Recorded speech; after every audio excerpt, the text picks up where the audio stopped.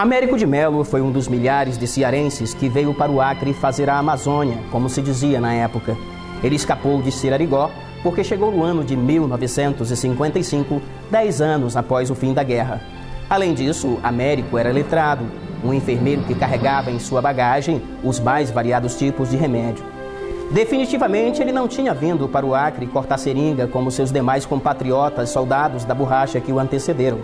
Mas foi Garibaldi Brasil que, com seu infalível faro para o talento, ajudou aquele ilustre desconhecido nos seus primeiros e difíceis dias acreano. O que Garibaldi não desconfiava é que não seria através do novo ambulatório instalado na cidade que Américo construiria sua história no Acre. Tampouco se notabilizou como personagem político, mesmo sendo um dos fundadores da UDN no antigo território federal.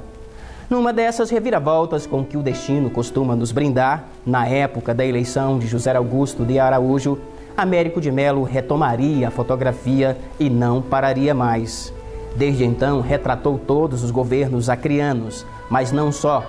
Américo se transformaria no maior registrador da cidade de Rio Branco durante as últimas 4 décadas.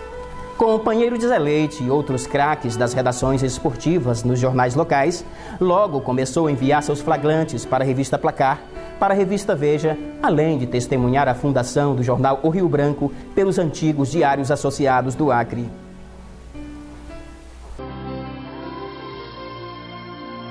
Eu sou Antônio Américo de Melo, nascido no dia 2 de junho de 1927, na Fazenda Várzea do Meio, no município de Independência, estado do Ceará. Filho do Hugo Soares de Melo e Guilhermina Clara de Oliveira.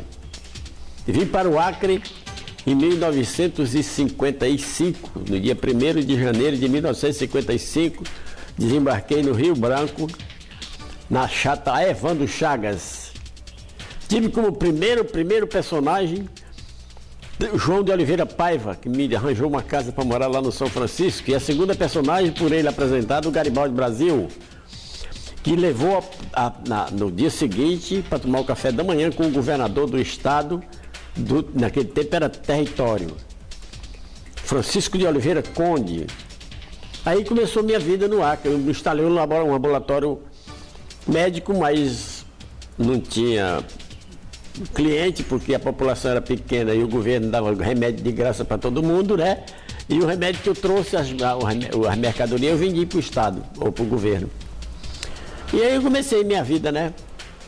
Fui descobrindo amigos e mudei para fotografia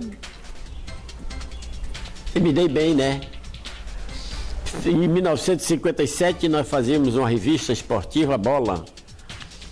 Eu fazia as fotos, ia para Manaus, fazia os clichês, trazia os Leite e o Aflopes, Antônio Ferreira Lopes, era um jornalista e sargento do Exército, aí eles faziam a revistinha, a Bola. Ninguém vendia porque ninguém comprava, né? Dava, né? Era um negócio que não tinha rendas, não tinha finalidade financeira, só mesmo com a mania de fazer jornalismo.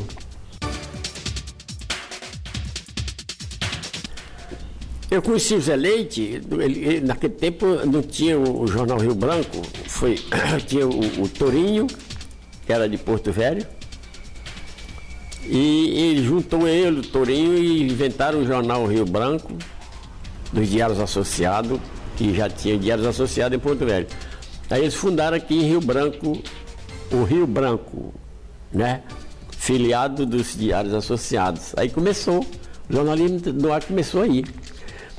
E naquele tempo eu já fazia, antes do Rio Branco, a gente já fazia uma revista esportiva, como eu já falei, a Bola, né? Em 1957. Era trabalhoso, eu fazia as fotos, levava para Manaus, fazia os clichês. O Baraúna, que era o diretor dos Diários Associados, ele patrocinava os clichês, né? Mandava fazer e não pagava. Aí eu vinha, o Zé Leite aqui, mas o Aflop fazia uma revistinha esportiva, Bola. Não vendia, era para dar mesmo, né? Em 64, eu era delegado de polícia. Eu era diretor de Detran, foi quem instalei o Detran. O Zé Augusto era governador do estado. Aí o Zé Augusto foi preso, eu também fui preso. A minha irmã entrou em contato com o primeiro presidente da Revolução, que foi o Castelo Branco. O Castelo Branco fazia parte da nossa família, lá no Ceará, né? E o Castelo Branco veio aqui, né? Me saber da história de perto, né? Eu contei para ele, eu fui preso sem saber por quê, né? Aí ele chamou que era o procurador da República, né? Mandou me expedir uma carteira de agente federal de segurança. Eu comecei com revistas internacionais. O Rogaciano Leite, que era o jornalista lá do Ceará, e ele vinha fazer matéria aqui no Acre, né? Então a matéria dele ele mandava para a revista Time, para a revista Braço, lá dos Estados Unidos, né? E com as minhas fotos do Acre, as coisas do Acre. Depois veio a ideia de fazer lançamento de um livro. Eu digo, achar lançar livro por quê? Eu lancei um álbum fotográfico que conta toda a história, a minha história, por onde eu passei, as revistas que eu trabalhei, para quem, os jornais, está tudo lá no meu currículo, está tudo no meu álbum. E conto da história do Acre, 50 anos, Estado. E conto da história do Acre, Estado, 50 anos. Quem quiser saber, pode comprar e ver lá na página 54 e vai conhecer o Américo de Mello, o cara, né? Eu fui para São Paulo daquele tempo eu trabalhava com serviço de informação e o Castelo Branco queria saber o que significava Bandeirantes do Brasil. Então eu passei 7 anos em São Paulo fazendo pesquisa sobre Kodak brasileira e sobre a Bandeirantes do Brasil. Então tinha uma moça lá, a Beth, que ela fazia parceria comigo, fazia curso na Kodak, e ela era presidenta da Bandeirantes do Brasil, né? Então a gente conversava muito sobre isso, que me interessava, que era o meu assunto, né? E eu, naquele tempo eu já era como se diz, informante da Revolução. Então eu falei que a Bandeirantes do Brasil é uma instituição que cuidava do serviço de informação de um modo geral, né?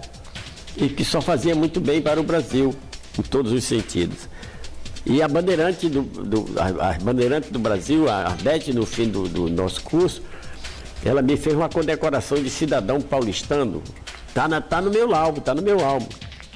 Então eu sou cidadão de nascimento cearense, acriano por opção e cidadão paulistano por merecimento. Em 1970, na Copa do Mundo do México, a seleção brasileira foi para Manaus fazer despedida do Brasil rumo ao México com a seleção do Amazonas. Então eu me fiz presente, naquele tempo era Vivaldo Lima, um estádio muito bacana, né? E eu fiz a cobertura para a revista, para cá, para Veja aí. Essas fotos foram espalhadas por toda a parte do mundo, né? E hoje elas estão na internet ainda, né? Porque todas elas estão no meu álbum. E o álbum está todo na internet. Quem quiser acessar, é só procurar na internet que você encontra o álbum 50 anos do Acre Estado, que conta toda a minha história.